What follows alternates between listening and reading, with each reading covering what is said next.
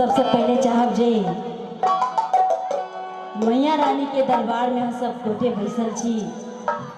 एक बेर मैया रानी के नाम पर दोनों हाथ के ऊपर उठले सब गोटे, जिनका जिनका मैया सही सलामत दोनों हाथ देने हुए, दोनों हाथ के ऊपर उठले सब गोटे और प्रेम बाजू मैया दुर्गा की, शेरावाली मैया की, सच्ची दरबार की।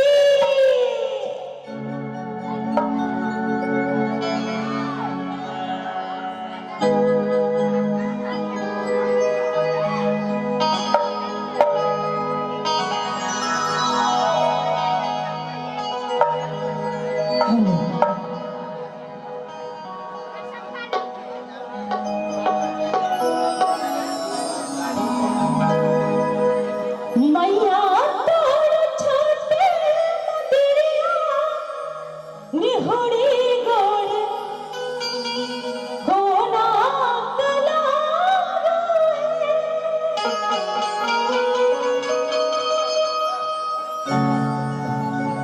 और प्रेम से बाजू मैया दुर्गा की। मैया तोर छोटे मंदिरिया निहोड़ी गोड़ कोना कला है, कोना कला गोड़ कोना कला।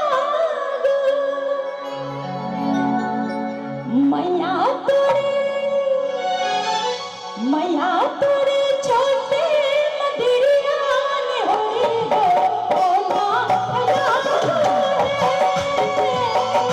मैया तोरे छोटे